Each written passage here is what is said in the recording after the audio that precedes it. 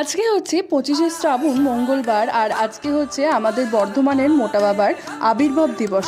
তো এই আবির্ভাব দিবস উপলক্ষে গোটা বর্ধমানবাসী যায় কাটোয়া থেকে গঙ্গা জল আনতে। আর কাটোয়া থেকে গঙ্গা জল এনে সারা রাত ধরে হেঁটে এসে পরের দিন সকালবেলায় অর্থাৎ এই 25শে শ্রাবণের দিনে বাবার মাথায় জল ঢালে।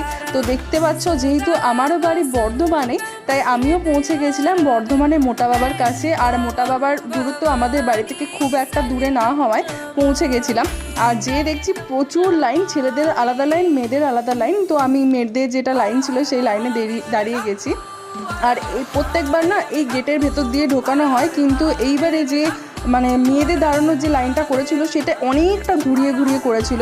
তো এখানে যে মেলাটা বসেছে সেই মেলার ভেতর দিয়ে হয়ে ঘুরে ঘুরিয়ে জিনিসটা করেছিল। তো গিয়ে কেমন লাগলো, প্রচণ্ড ভালো লেগেছে। তোমাদের কেমন লাগলো অবশ্যই কিন্তু কমেন্টের মাধ্যমে জানিও।